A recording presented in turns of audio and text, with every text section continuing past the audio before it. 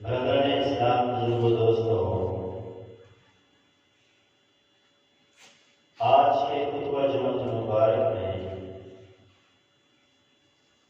دعا کی اہمیت و فضیلت، دعا کس سے کی جائے، غیر اللہ سے دعا کی شرعی حیثیت کیا ہے۔ اللہ تعالیٰ سے دعا ہے کہ وہ حق سچ بیان کرنے کی توفیق عطا فرمائے اور حق کو سن کر اس پر عمل کرنے کی ہمیں توفیق عطا فرمائے۔ دعا کی فضیلت و اہمیت میں جو سب سے اس کی بڑی فضیلت اور اس کی اہمیت ہے وہ یہی ہے کہ اللہ تبارک و تعالیٰ نے اسے اپنی عبادت قرار دیا ہے۔ فرمایا تعالیٰ نے وقال ربکم ادعونی، تمہارا رب تمہیں کہہ رہا ہے تم مجھ کو پکارو، استجب لکم، میں تمہاری دعاؤں کو قبول کرنے والا ہوں۔ ان الذین یستکبرون عن عبادتی، بے شک وہ لوگ جو میری عبادت سے تکبر کرتے ہیں، سیدخلون جہنم داخرین، ان قریب انہیں جہنم کی دیکھتی ہوئی آگ میں ڈال دیا جائے۔ تو یہاں رب تعالی نے دعا کو عبادت قرار دیا ہے، اور نبی علیہ السلام کی ایک حدیث ہے جس میں آپ نے ارشاد فرمایا کہ الدعاء هو العبادہ، دعا ہی عبادت ہے۔ جس حدیث میں مخل عبادت کے الفاظ آتے ہیں وہ الفاظ جو ہیں وہ صحیح سند سے ثابت نہیں۔ باقی نبی اسلام کی اس حدیث اور قرآن مجید کی اس آیہ مبارکہ سے یہ بات واضح ہو گئی کہ دعا جو ہے یہ اللہ تعالیٰ کی عبادت ہے، اور عبادت بھی ایسی عبادات میں سب سے زیادہ جس عبادت کو اللہ تعالیٰ کے ہاں عزت دی جاتی ہے، جسے عزت سے نوازا جاتا ہے، وہ عبادت دعا ہے۔ رسول اللہ صلی اللہ علیہ وسلم کی حدیث ہے، آپ نے ارشاد فرمایا لیس الشیء اکرم علی اللہ، اللہ تعالیٰ کے ہاں سب سے زیادہ عزت والی چیز جو ہے من الدعاء، وہ دعا ہے۔ دعا سے بڑھ کے کوئی عزت والی عبادت اللہ کے ہاں نہیں۔ سب سے زیادہ جس عبادت کی عزت کی جاتی ہے، جسے تقریب سے نوازا جاتا ہے، وہ دعا ہے۔ اور اس دعا کی اتنی تقریب ہوتی ہے کہ جب کوئی بندہ اپنے دست دعا اللہ کے سامنے دراز کرتا ہے تو اللہ رب العالمین اس کی اتنی حیا کرتے ہیں، اتنی حیا کرتے ہیں کہ رب تعالیٰ تقدیر میں لکھے ہوئے فیصلوں کو مٹا دیتے ہیں۔ رسول اللہ صلی اللہ علیہ وسلم کی حدیث ہے، آپ نے ارشاد فرمایا، سیدنا سلمان فارسی اس حدیث کے راوی، لا يرد القضاء الا الدعاء، اللہ کے فیصلوں کو، تقدیر کو کوئی چیز بدل نہیں سکتی، رد نہیں کر سکتی سوائے دعا کی۔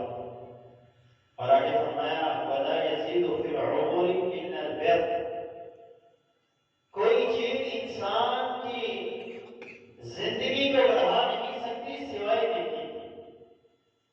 نیکی انسان کی عمر کو بڑھا دیتی ہے اور دعا انسان کی تقدیر کو بدل دیتی ہے۔ اب کچھ لوگ یہاں یہ اعتراض کر سکتے ہیں کہ اللہ کے کلمات کے لیے کوئی تبدیلی نہیں ہے، جیسا کہ رب تعالیٰ نے فرمایا لا تبدیل لکلمات اللہ، اللہ کی کلمات کو کوئی تبدیل نہیں کر سکتا۔ دوسرا کہ جو چیز اللہ نے لکھ دی ہے کہ ایسے ہوگی، اب دوبارہ اللہ اس کو کیوں بدلے گا؟ تو اس میں دو چیزیں ہیں۔ پہلی چیز یہ سمجھنی ہے تقدیر بھی اللہ کی، مخلوق بھی اللہ کی۔ قرآن مجید میں رب تعالیٰ ارشاد فرماتا ہے یمحو اللہ ما یشاء ویثبت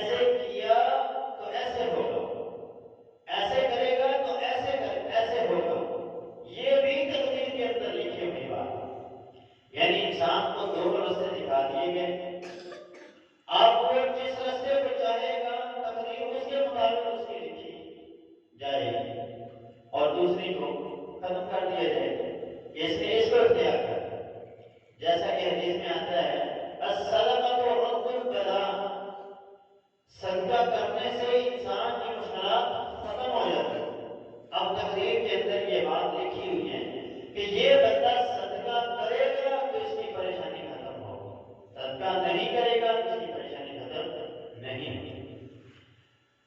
اسی طرح ہی تقدیر کے اندر یہ بات بھی لکھی ہوئی ہے کہ اگر یہ دعا کرے گا تو اس کی یہ پریشانی ختم ہوگی، اگر یہ دعا کرے گا تو اس کا یہ کام جو ہے وہ آسان ہو جائے گا اور اس کی پریشانی ختم ہو جائے گی۔ تو اس میں دو باتیں تھیں جو آپ کے سامنے رکھی گئی ہیں کہ تقدیر کو اللہ تعالیٰ کی ذات جو چاہے اس میں رد و بدل کر سکتا ہے، اس کو کوئی پوچھنے والا نہیں ہے، اور دوسرا اللہ تعالیٰ نے تقدیر کو معلق کیا ہے کچھ کاموں کے ساتھ، اگر یہ کرے گا تو ایسا ہوگا، اگر ایسے کرے گا تو ایسا ہوگا۔ جیسا کہ صحابہ کا بھی یہی عقیدہ ہے۔ سیدنا عمر فاروق رضی اللہ تعالیٰ عنہ ملک شام کا سفر کرتے ہیں، شام کے دورہ پر گئے۔ جب آپ شام کے قریب پہنچے تو پتہ چلا کہ وہاں تعارف کا مرض پھیل چکا ہے۔ تو سیدنا عبدالرحمن بن عوف نے کہا کہ اللہ کے رسول صلی اللہ علیہ وسلم کی حدیث ہے کہ جس علاقے میں تعارف کا مرض پھیل چکا ہو وہاں تم لوگوں نے جانا نہیں، اور اگر اس علاقے میں مرض پھیل گیا اور تم وہاں موجود ہو تو اس علاقے پہ چھوڑنا ہے۔ تو سیدنا عمر فاروق نے کہا رسول اللہ صلی اللہ علیہ وسلم کی حدیث کے پیش نظر ہم یہاں سے واپس جائیں گے۔ سیدنا ابو عبیدہ بن جراح رضی اللہ عنہ نے کہا اے امیر المومنین افرانا من قدر اللہ، کیا آپ اللہ کی تقدیر سے بھاگ رہے ہیں؟ تو سیدنا امیر المومنین عمر نے جواب دیا نعم نحن نفر من قدر اللہ الى قدر اللہ، ہاں ہم اللہ کی تقدیر سے اللہ کی تقدیر کی طرف جا رہے ہیں۔ یہ بات بھی اللہ کی تقدیر کے اندر ہی موجود تھی کہ ہم یہاں آئیں گے، ہمیں پتہ چلے گا اور ہم یہاں سے واپس اپنے ملک اپنے علاقے میں جائیں گے۔ تو کچھ چیزیں ہوتی ہیں جنہیں معلق کیا گیا ہے، جیسے کہ اس حدیث سے بھی ہمیں بات سمجھ آ جائے۔ تو دعا کے بارے میں ایک شعر بھی ہے بڑا مشہور، دعا میں یہ تاثیر دیکھی بدلتے ہزاروں کی تقدیر دیکھی، کہ اللہ تعالیٰ نے اس کے اندر یہ تاثیر رکھی ہے کہ اللہ تعالیٰ اس کی تقدیر کو بدل دیتے ہیں۔ دعا کی کس سے جائے گی؟ عزت والی چیز ہے، اللہ کے ہاں اس کا بڑا مقام ہے، تو یہ کی کس سے جائے گی؟ دعا کا مطلب ہوتا ہے مانگنا، پکارنا، التجا کرنا، تو مانگا کس سے جائے گا؟ دعا کس سے کی جائے گی؟ سورہ رحمان میں رب تعالیٰ نے ارشاد فرمایا یسألہ من فی السماوات والارض کل یوم هو فی شأن، مانگو اس سے جس سے زمین و آسمان کی ایک ایک چیز مانگتی ہے، کل یوم هو فی شأن، بس اللہ کو ہر ایک نیا معاملہ ہوتا ہے، وہ کسی کی حاجت کو پورا کر رہا ہوتا ہے، کسی کی بیماری کو ختم کر رہا ہوتا ہے، کسی کی پریشانی کو آسانیوں میں تبدیل کر رہا ہوتا ہے۔ رسول اللہ صلی اللہ علیہ وسلم نے بھی ہمیں یہی تعلیم دی۔ آپ نے سیدنا عبداللہ بن عباس سے مخاطب ہوئے تو کہا اے میرے بیٹے یاد رکھ اذا سألت فاسأل اللہ، جب بھی مانگنا ہے اللہ سے مانگنا ہے، وَإِذَا اسْتَعَنْتَ فَاسْتَعِنْ بِاللَّهِ، جب بھی مدد مانگنی ہے اللہ سے مانگنی ہے، اور جب بھی پناہ طلب کرنی ہے اللہ رب العالمین سے پناہ طلب کرنی ہے۔ تو مانگنا ہے، التجا کرنی ہے، فریاد کرنی ہے تو صرف اور صرف اللہ رب العالمین سے کرنی ہے۔ اللہ تعالیٰ سے ہی کیوں کرنی ہے؟ اس لیے کہ جو خصائص اور خوبیاں اللہ کی ہیں، رب العالمین الہ العالمین کی ہیں، وہ خوبیاں اور وہ خصائص کائنات کی کسی ہستی کے اندر نہیں ہیں۔ جب وہ خصائص اور خوبیاں کسی ہستی کے اندر پائی جائیں گی تو وہ ذات دعا کی مستحق ہوگی، اس سے دعا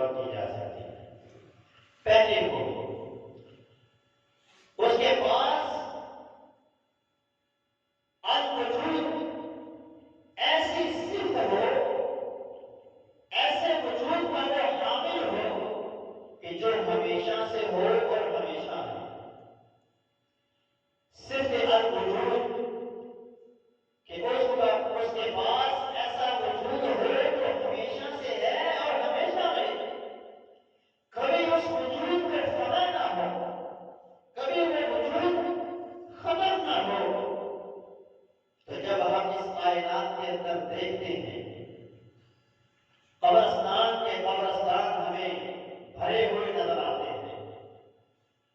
جو کل تھے وہ آج نہیں ہیں، جو آج ہیں وہ کل نہیں ہوں گے.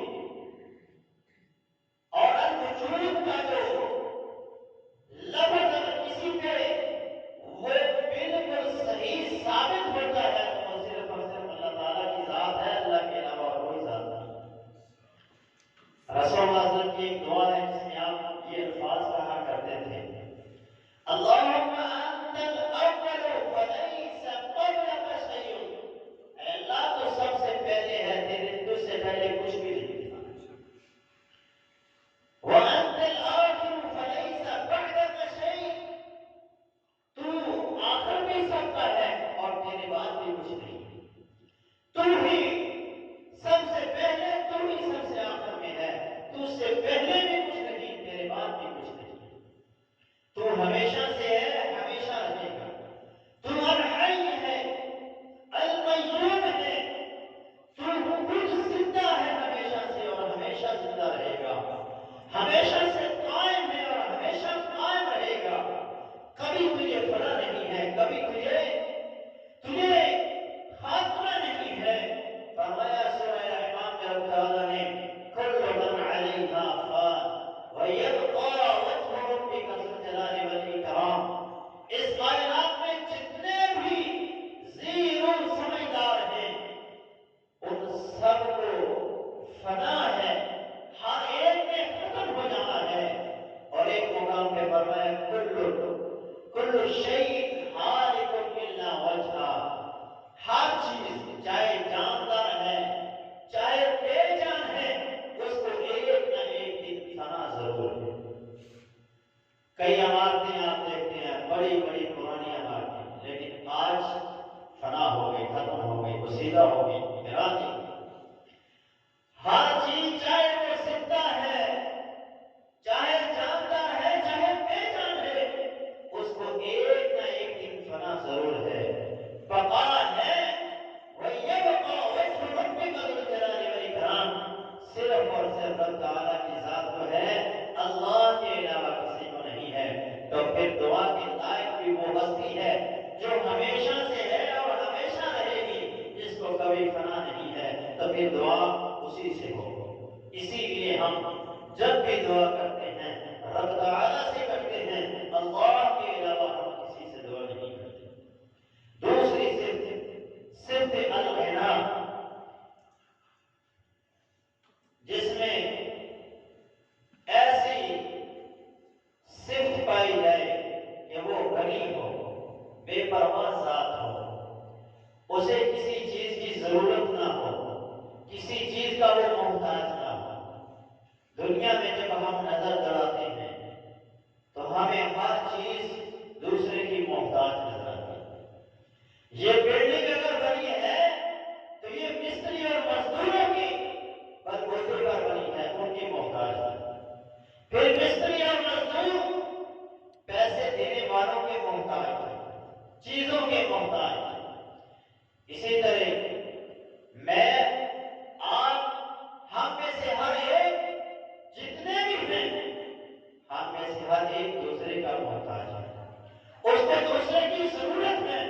لیکن اللہ کے ساتھ ہے، اس کائنات میں صرف ایک ہی ہستی ہے کہ جسے کسی کی کوئی ضرورت نہیں، نہ اسے اولاد کی ضرورت، نہ اسے بیوی کی ضرورت، نہ اسے کسی ہمسر کی ضرورت، نہ اسے کھانے کی ضرورت، نہ اسے پینے کی ضرورت، نہ اس کو پہننے کی ضرورت، نہ اس کو تھکاوٹ کی ضرورت، نہ اسے تھکاوٹ ہوتی ہے، نہ اسے آرام کی ضرورت، نہ اسے بھوک آتی ہے، نہ اسے نیند کی ضرورت ہے. تو پھر دعا کا مستحق بھی وہی ہے. رب تعالیٰ نے قرآن مجید میں فرمایا یا ایھا الناس انتم الفقراء الی اللہ واللہ هو الغنی الحمید. اے کائنات کے اندر بسنے والو، تم سب اللہ کے در کے محتاج ہو، ضرورت مند ہو، فقیر ہو. اللہ غنی ہے، اللہ غنی ہے، اس لیے ہم اس سے دعا کرتے ہیں. فرمایا وَهُوَ يُطْعِمُ وَلَا يُطْعَمُ. وہ کھلاتا ہے، کھاتا نہیں ہے. اسے دینے تمہیں دیتا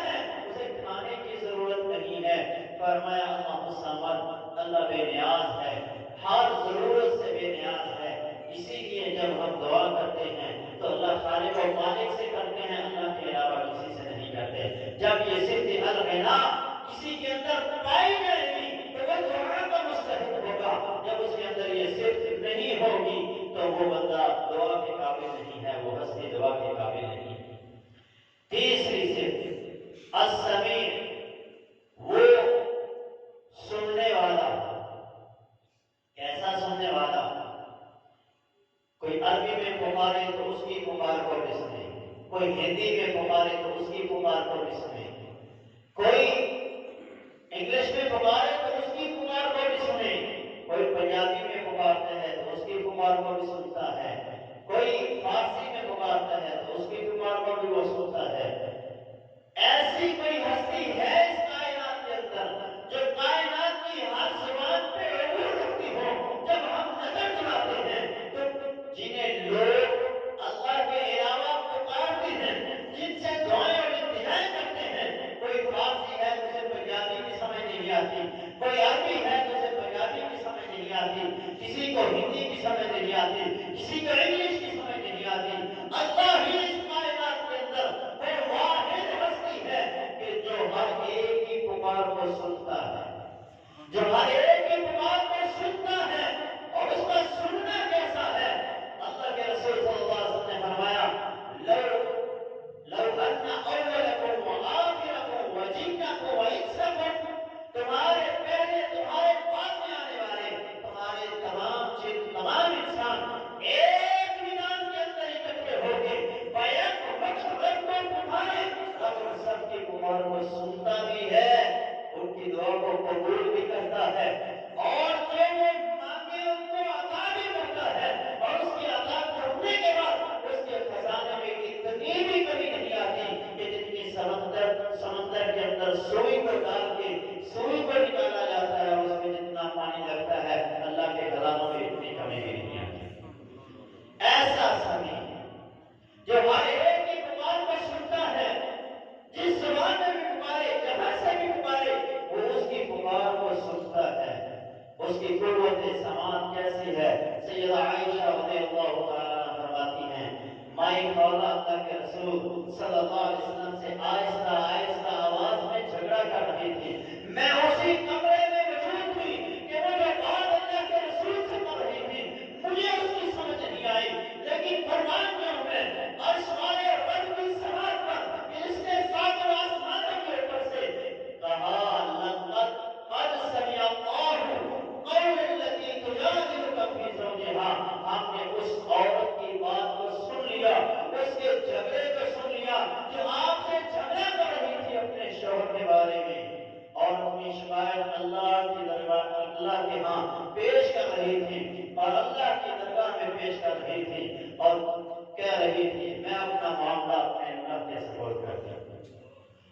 اس کی قوت سماعت کیا ہے؟ رسول اللہ صلی اللہ علیہ وسلم نے فرمایا، اندھیری رات ہو اور کالی چٹان ہو، اس کالی چٹان کے اوپر کالی چونٹی چڑھ رہی ہو، اللہ ساتوں آسمانوں سے اس کے چلنے کی آہٹ کو سنتا بھی ہے اور وہاں سے اس کو دیکھتا بھی ہے۔ یہ اس کی قوت سماعت۔ دنیا میں ایسی قوت سماعت اللہ کے علاوہ کسی کے پاس نہیں ہے، تو پھر دعاؤں کا حقدار بھی وہی ہے کہ دعا بھی اسی سے کی جائے، پکارا بھی اسی کو جائے۔ قرآن کہتا ہے اونچی آواز میں پکارو گے پھر بھی رب سنے گا، آہستہ پکارو پھر بھی سنے گا۔ وہ تو ایسا سمیع ہے، ایسا سمیع ہے کہ کوئی دل میں بھی اس کو پکارے تو اس دل میں بھی اس کی پکار کو سن لیتا ہے کہ یہ کیا کہتا ہے۔ اس کائنات میں ایسی کوئی ہستی نہیں ہے جو دلوں کے بھید بھی جانتی ہو۔ رب تعالیٰ وہ ذات ہے، نبی علیہ السلام فرماتے ہیں موسیٰ علیہ السلام اپنی قوم کے لوگوں کو لے کر دعا کے لیے باہر نکلے، بارش کی دعا کی، رب تعالیٰ نے فرمایا تیری قوم کے اندر ایک ایسا بندہ ہے جو 40 سال سے میری نافرمانیاں کر رہا ہے، جب تک وہ یہاں سے واپس نہیں جائے گا میں اپنی رحمت کی بارش کا نزول نہیں کروں گا۔ سیدنا موسیٰ نے اعلان کر دیا جو 40 سال سے رب کی بغاوت کر رہا ہے میری مجلس سے نکل جائے، ان لوگوں سے دور ہو جائے۔ نہیں ملا، لیکن بارش شروع ہو گئی۔ سیدنا موسیٰ نے کہا اللہ ابھی تو اس مجلس سے وہ بندہ نکلا نہیں جو 40 سال سے تیری نافرمانیاں کر رہا تھا۔ رب تعالیٰ نے فرمایا اس نے دل ہی دل میں مجھ سے صلح کر لی، دل ہی دل میں مجھ کو پکارا، میں نے اس کی پکار کو سن لیا اور میں نے اسے معاف کر کے میں نے بارش کا نزول کر دیا۔ فرمایا اللہ یہاں نبی تجھے پکار رہے تھے، یہاں نبیوں کے امتی تجھے پکار رہے تھے اور نیک اور صالح لوگ تجھے پکار رہے تھے، تو نے بارش نازل نہیں کی۔ اس ولی کی ذرا زیارت تو کروا دو کہ جس نے ایک ہی لمحے میں تجھ سے التجا کی اور تو نے رحمت کی بارش کا نزول فرمایا۔ فرمایا میرے موسیٰ جب 40 سال میں نے اس کے گناہوں پہ پردہ ڈالے رکھا، اس کے آبوں پہ پردہ ڈالے رکھا، اب تو وہ میرا ہو گیا ہے، اب میں اس کے گناہوں کو کیسے ظاہر کر سکتا ہوں؟ وہ اللہ تو سمیع ہے کہ کوئی دل میں پکارے تو دل میں بھی سن لیتا ہے، کوئی اونچی آواز میں پکارے تو اس کی پکار کو بھی سنتا ہے، کوئی آہستہ پکارے تو اس کی آواز کو بھی سنتا ہے۔ تو پھر وہی حقدار ہے کہ دعا اس سے ہی کی جائے، اس کے علاوہ کسی اور سے نہ کی جائے۔ چوتھی صرف جس سے دعا کی جائے وہ کریم ہونا چاہیے، وہ بخیل اور کنجوس نہیں ہونا چاہیے۔ جو اس سے مانگے تو وہ اس کو عطا کرے اور اس سے ناراض نہ ہو۔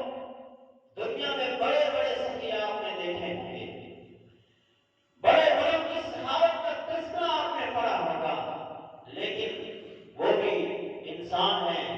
ایک دفعہ کوئی مانگتا ہے لوگ دیتے ہیں، دوسری دفعہ مانگتے ہیں لوگ ناراض ہوتے ہیں، تیسری دفعہ کوئی دور سے آ رہا ہوتا ہے تو اس کے چہرے کے رنگ بدلنا شروع ہو جاتے ہیں۔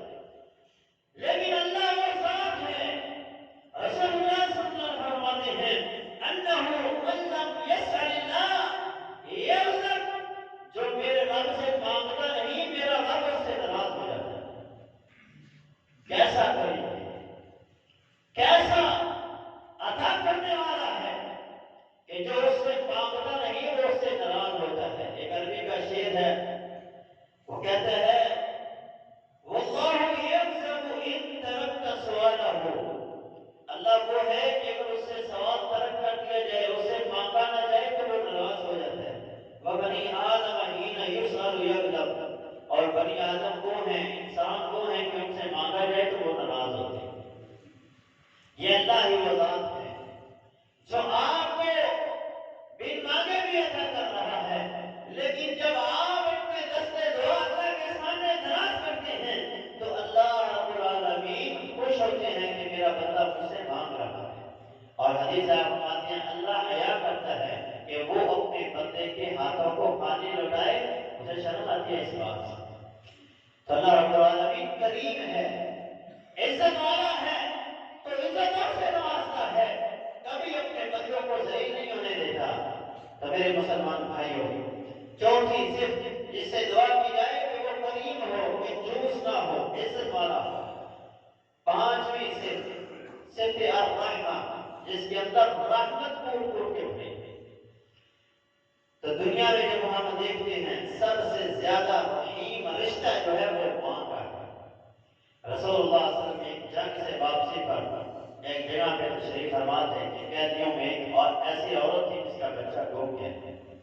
وہ اپنے بچے کو ڈھونڈنے کے لیے کبھی ادھر جاتی ہے کبھی ادھر جاتی ہے، آخر وہ بچہ اسے مل جاتا ہے اور اس بچے کو اپنے سینے سے لگاتی ہے، اس کو چومتی ہے۔ نبی اسلام نے جب یہ منظر دیکھا تو آپ نے کہا اے میرے صحابہ، کیا یہ ماں اپنے بچے کو آگ میں پھینکنا پسند کرے؟ تو صحابہ نے کہا نہیں اللہ کے رسول، ایسا نہیں ہو سکتا۔ جو ماں اس کے لیے اتنا تڑپ رہی تھی، جس کی جدائی کو وہ برداشت نہیں کر رہی تھی، وہ ماں کس طرح اپنے اس بچے کو آگ کے اندر پھینک سکتی ہے؟ فرمایا اس وقت اللہ کے رسول صلی اللہ علیہ وسلم نے واللہ ارحم بعبادہ من ولدها من هذه من ولدها، میرا رب اس ماں سے کہیں زیادہ اپنے بندوں کے ساتھ محبت کرنے والا ہے، وہ تو اپنے بندوں سے بڑی محبت کرنے والا ہے۔ تو جو ماں سے زیادہ پیار کرنے والا ہو، رحمت ہو اسی سے مانگا جائے گا۔ دنیا میں ماں سب سے زیادہ پیار کرتی ہے، لیکن وہ بھی کبھی کبھی تیش میں آئی جاتی ہے، وہ بھی کبھی کبھی ڈنڈوں سے کبھی کبھی جوتوں سے پڑھائی کر ہی دیتی ہے، کبھی کبھی گروج کر ہی دیتی ہے، لیکن اس کائنات کے اندر صرف ایک ہستی ایسی ہے جو سب سے زیادہ رحم کرنے والی ہے، اور اس کی رحمت کا کیا عالم ہے۔ رسول اللہ صلی اللہ علیہ وسلم نے فرمایا، اللہ فرماتا ہے ان رحمتی غلبت علی غضبی، بے شک میری رحمت میرے غصے پہ غالب ہے۔ یہ بات اللہ نے لکھ کر عرش کے اوپر رکھی ہوئی ہے، اور اللہ کی رحمت کے 100 درجے ہیں، ان میں سے ایک اللہ نے زمین میں اتارا ہے، اور 99 درجے اللہ نے وہ رحمت کے قیامت کے دن اپنے بندوں کے لیے محبت کے لیے رکھے ہیں۔ دنیا میں وہ محبت جو ہم ایک دوسرے سے کرتے ہیں، مائیں اپنے بچوں سے کرتی ہیں، انسان جانوروں سے کرتا ہے، ایک دوسرے سے ہم کر رہے ہیں، کتنی محبت ہے۔ یہ اس ایک محبت کا نتیجہ ہے، ایک درجے محبت کا نتیجہ، جو 99 درجے اللہ نے قیامت کے دن صرف اپنے محبت بندوں کے لیے رکھی ہیں، اس کا کیا عالم ہے۔ اللہ تعالیٰ ہمیں قیامت کے دن اپنی رحمت سے مستفید فرمائے۔ چھٹی صفت ہے القدرہ، جس سے مانگا جائے وہ دینے پر قادر ہے، جس سے مانگا جائے وہ دینے پر قادر ہو، دینے کے قابل بھی ہو۔ اس کائنات میں جن سے لوگ مانگتے ہیں، جن کے سامنے لوگ اپنے دستے دعا دراز کرتے ہیں، ان کی کفیلت پر اللہ تعالیٰ نے خود ہی قرآن میں بیان فرمایا، ان الذین تدعون من دون اللہ لن یخلقوا ذبابا، فرمایا جن سے لوگ مانگ رہے ہیں، جن کے سامنے لوگ اپنے دستے دعا دراز کر رہے ہیں، یہ تو ایک مکھی کے پیدا کرنے پہ بھی قادر نہیں ہے۔ اگر اس کائنات میں یہ سارے معبود جن کو پکار رہے ہیں یہ لوگ اکٹھے ہو جائیں تو ایک مکھی نہیں بنا سکتے۔ وَإِن يَسْلُبْهُمُ الذُّبَابُ شَيْئًا لَا يَسْتَنقِذُوهُ مِنْهُ ضَعْفَ الطَّالِبِ وَالْمَطْلُوبِ، اگر یہ سارے اکٹھے ہو جائیں اور مکھی ان کے کھانے سے ایک لقمہ تھوڑا سا کھانا لے کر چلی جائے تو یہ اس مکھی سے وہ کھانا واپس نہیں لے سکتے۔ ضعف الطالب والمطلوب، جو مانگ رہا ہے وہ بھی کمزور ہے، جو طلب کر رہا ہے وہ بھی کمزور ہے، جس سے طلب کیا جا رہا ہے وہ بھی کمزور ہے، دونوں ہی کمزور ہیں۔ تو پھر مانگے اس سے جو دینے پر قادر ہو، جو دینے کے قابل ہے، اس سے مانگے، اور وہ صرف اور صرف اللہ تعالیٰ کی ذات ہے۔ فرمایا ان اللہ علی کل شیء قدیر، اللہ ہر چیز پر قادر ہے، جو چاہے وہ کر سکتا ہے، جو چاہے وہ کرے، اس کا کوئی پوچھنے والا نہیں۔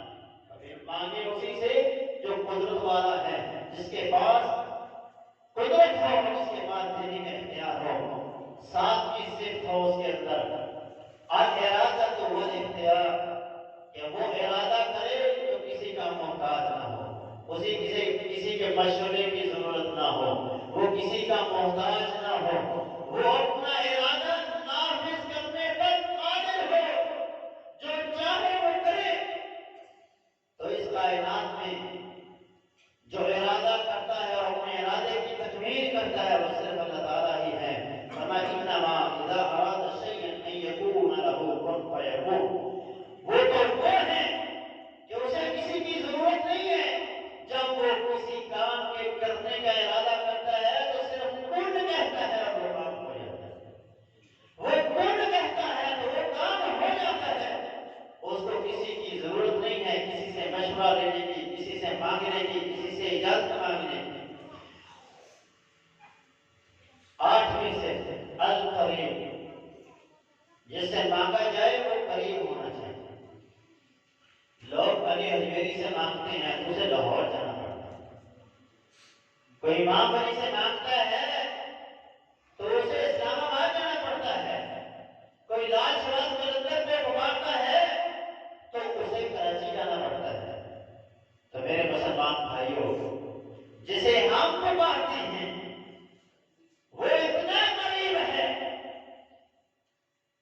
خود کہتا ہے وَإِذَا سَأَلَكَ عِبَادِي أَنِّي فَإِنِّي قَرِيبٌ، اے میرے محبوب جب تجھ سے میرے بندے سوال کریں تو آپ ان سے کہیے کہ میں بڑا قریب ہوں۔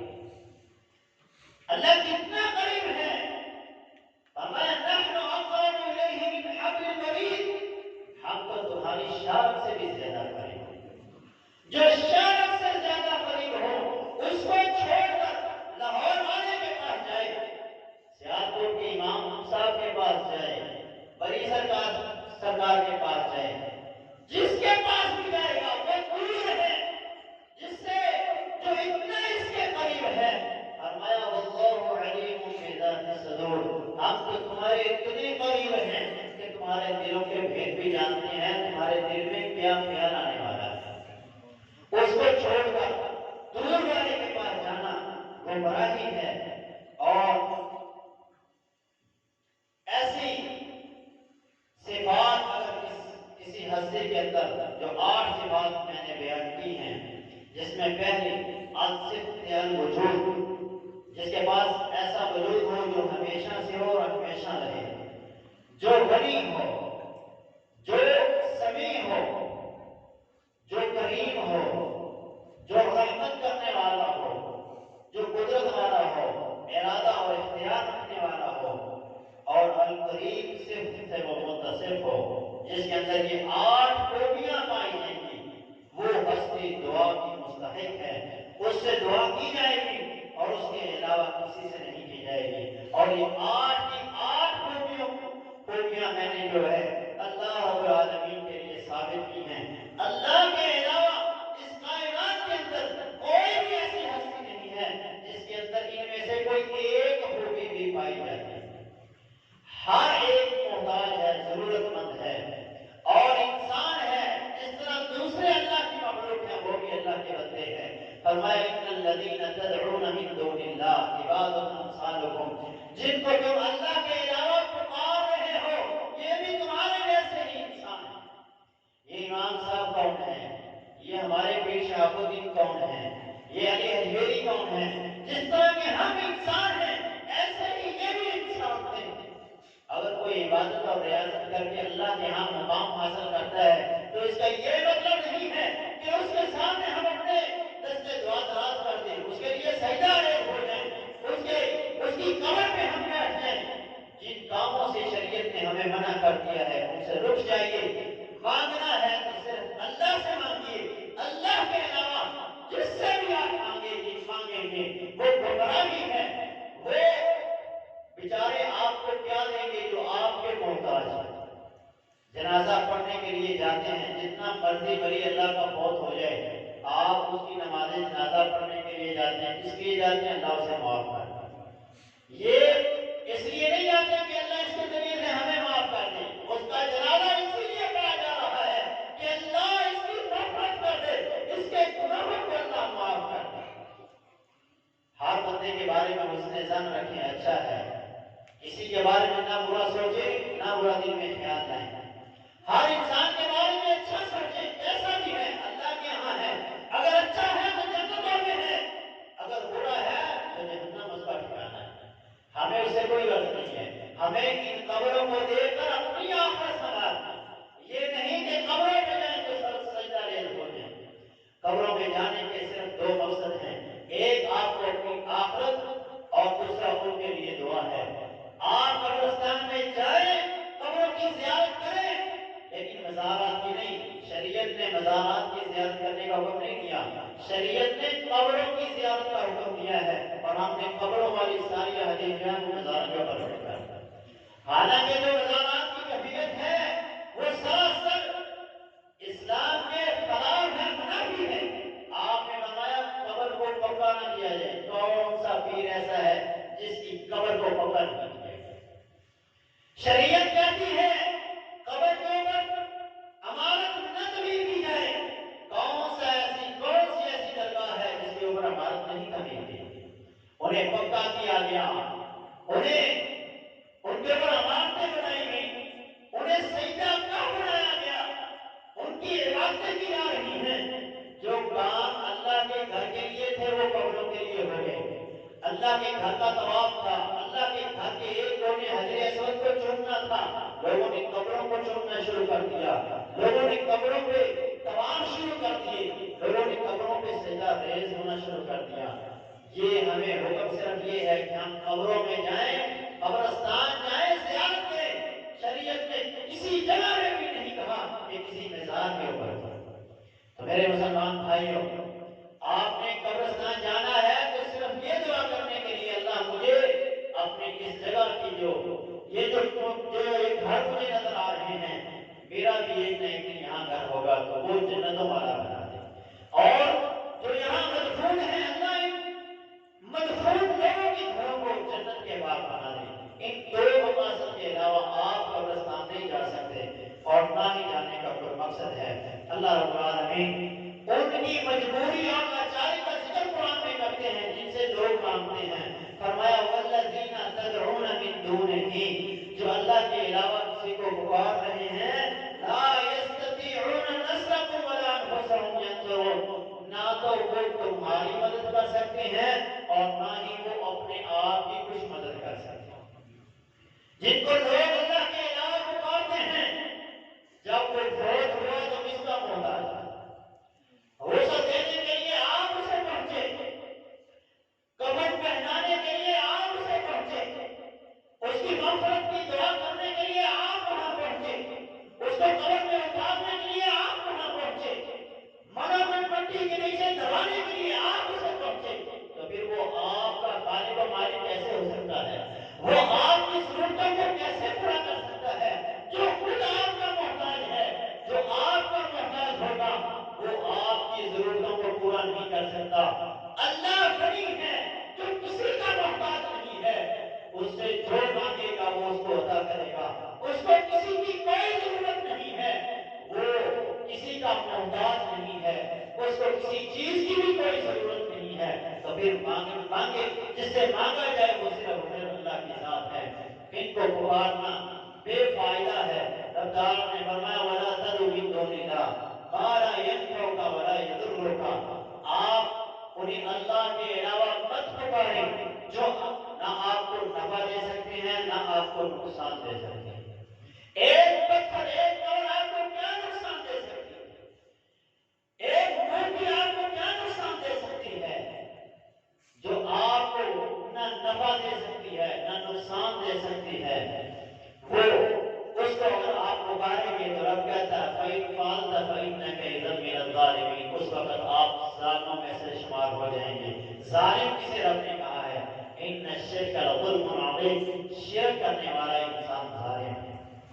تو اس وقت انسان جب اللہ کو چھوڑ کر غیر کو پکارے گا، غیر کے سامنے اپنے دستے دو دراز کرے گا، تو وہ انسان مشرک ہو جائے گا، اس کا شمار ظالموں میں سے ہو جائے گا۔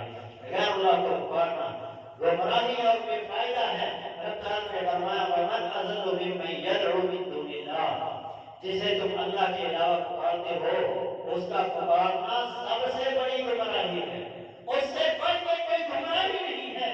اور تم پکارتے بھی ان کو ہو مَن لَا يَسْتَجِيبُ لَهُ إِلَىٰ يَوْمِ الْقِيَامَةِ، جو قیامت کا دن تو آ سکتا ہے تمہاری پکار کا جواب نہیں دے سکتے۔ جن کو لوگ پکار رہے ہیں اللہ کے علاوہ، جن سے دعائیں کر رہے ہیں، اللہ کہتے ہیں تم پکارتے رہو، قیامت تو آ سکتی ہے، وہ تمہاری پکار کا جواب نہیں دے سکتے۔ آج تک کسی قبر سے یہ جواب آیا ہو کہ میں نے تیری سماعت جگہ تمہیں ہم کر دی ہے، تیری مغفرت ہوگی، کبھی کسی نے سنا ہے؟ نہیں، ایسا ہو بھی نہیں سکتا۔ نہ وہ جواب دے سکتے ہیں نہ وہ سننے پہ قادر ہیں۔ اللہ فرماتا ہے اے میرے محبوب وما انت بمسمع من فی القبور، جو قبروں میں ہیں انہیں آپ سنا نہیں سکتے۔ جب اس کائنات کی سب سے عظیم ہستی قبر والوں کو نہیں سنا سکتی، میں اور آپ کس طرح ان سے جا کے اپنی حاجات کو بیان کرتے ہیں؟ ہمیں بھی چاہیے ہم اس کو سنائیں جو سننے کے قابل ہے، جو ہر ایک کی پکار کو سنتا ہے، اسی کے سامنے اپنی دعا کو رکھیں۔ اور اللہ کو چھوڑ کر غیروں کو پکارنا یہ گمراہی ہے، شرک ہے۔ اللہ کے لیے اللہ سے مانگے جو ہماری مانگوں کو پورا بھی کر سکتا ہے، اللہ سے مانگے جو ہماری ضرورتوں کے مطابق ہمیں عطا بھی کر سکتا ہے،